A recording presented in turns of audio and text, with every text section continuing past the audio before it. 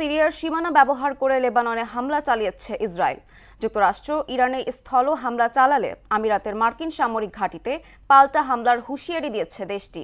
যুদ্ধ বন্ধ নিয়ে পাকিস্তানের রাজধানী ইসলামাবাদে আলোচনায় বসতে যাচ্ছে সৌদি আরব, তুরস্ক ও মিশরের পররাষ্ট্রমন্ত্রীরা।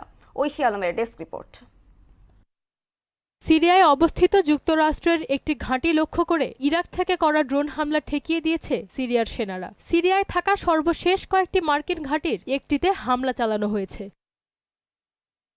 অন্যদিকে যুক্তরাষ্ট্র ইরানে স্থল হামলা চালালে আমিরাতকে সরাসরি শত্রু হিসেবে বিবেচনা করে ব্যাপক পাল্টা হামলা চালানোর হুঁশিয়ারি দিয়েছে ইরান।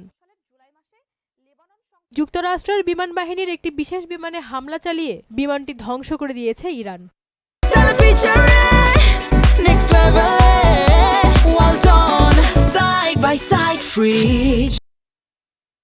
সিরিয়ার দিক থেকে সীমান্ত পেরিয়ে লেবাননে স্থল অভিযান চালিয়েছে ইসরায়েল। ইসরায়েলের রাডার কেন্দ্র ও বিমানবন্দরে হামলা করেছে ইরান। যুক্তরাষ্ট্রের স্থল সেনাদের ইরানের আসার অপেক্ষায় রয়েছে দেশটির সেনারা, এমন মন্তব্য করেছেন ইরানের পার্লামেন্ট স্পিকার মোহাম্মদ বাঘের গালিবাফ। ইসরায়েল ও যুক্তরাষ্ট্রের বিরুদ্ধে ইরানের চলমান যুদ্ধ নিয়ে পাকিস্তানের রাজধানী ইসলামাবাদে আলোচনায় বসতে যাচ্ছে সৌদি আরব, তুরস্ক ও মিশরের পররাষ্ট্রমন্ত্রীরা।